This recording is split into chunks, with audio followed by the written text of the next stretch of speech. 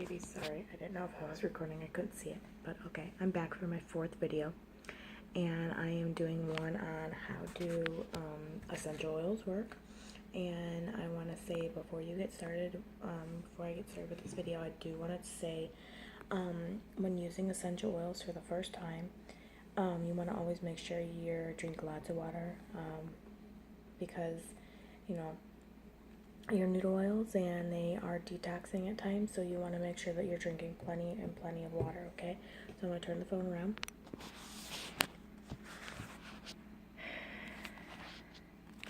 Okay, so here's the first video on how do essential oils work. So I'm going to talk about aromatically, and inhaling essential oils heightens the senses and can trigger numerous healing responses in the body. There are 3 ways to inhale essential oils, either by inhaling them, diffusing them, or breathing them in. The sense of smell is the only one of the 5 senses directly linked to the limbic lobe of the brain, the emotional control center, which houses anxiety, depression, fear, anger, and joy, and they all emanate from this region. The scent of a special fragrance can evoke memories and emotions before we even consciously aware of it. Isn't that crazy, guys, that our body senses emotions and the memories before we even realize it? Like, sometimes it could be a bad memory or something, or even a good memory, but the oils can help eliminate some of those bad memories. Like I know Release does that.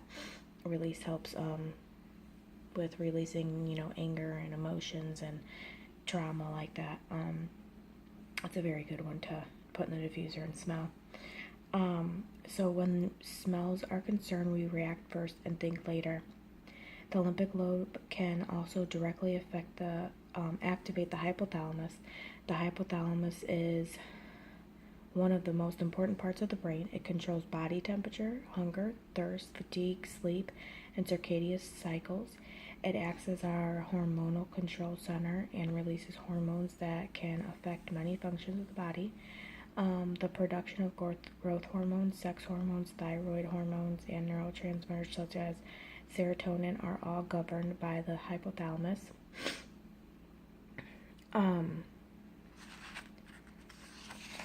Okay, so the label on each bottle, they will have information on the label, so always defer to the label for the most accurate information.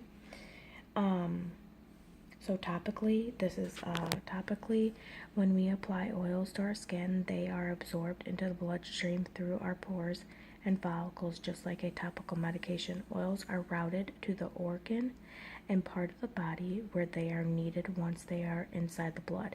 Each of us have pulse points on our body, and they're often used, to where you apply perfume.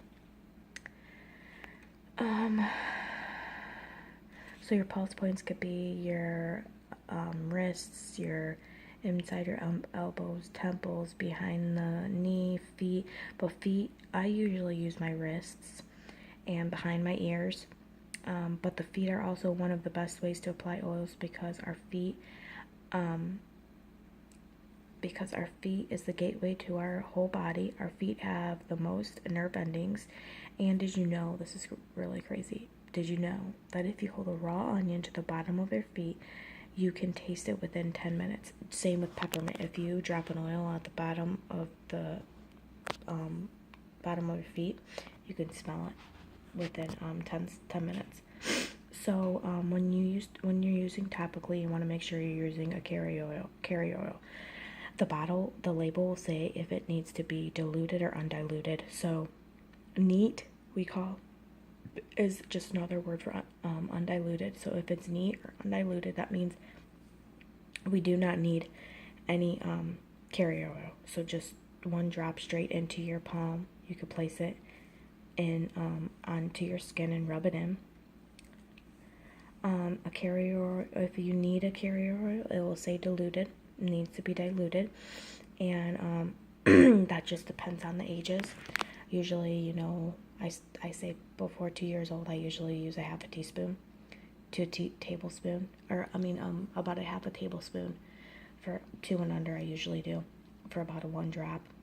And then above that, I just kind of judge it with a little bit of, I take my 2 fingers and kind of just swipe the coconut oil.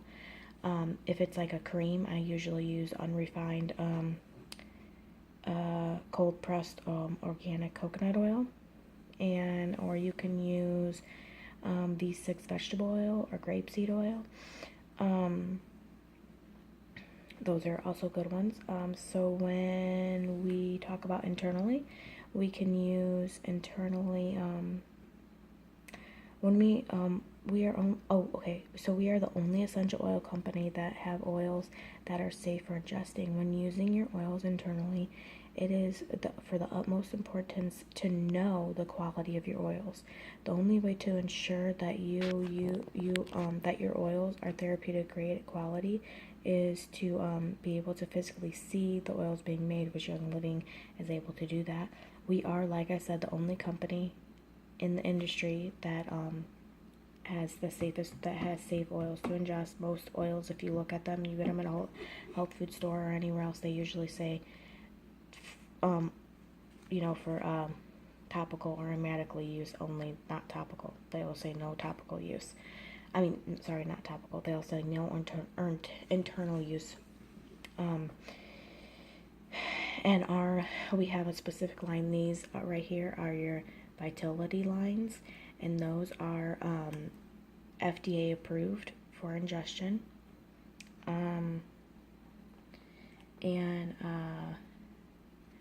So those are the safe ones. Those are, like I said, FDA approved. You can use, for internally, you can use them in your water. I love using lemon and Stress Away and just different oils, peppermint, grapefruit, any of those ones. I love using them in my water because we all know water gets kind of boring, right? So why not spice it up a little bit? I put lemon in there. My Stress Away, I love putting in there. Or you can use, and if you're using oils in your water, make sure that the glass is a glass and not plastic, because it pulls toxins from it. You can also use them sublingually or in a capsule. So I think that is all for the video on how to use essential oils. I will be going over another video here in a few minutes. Thank you.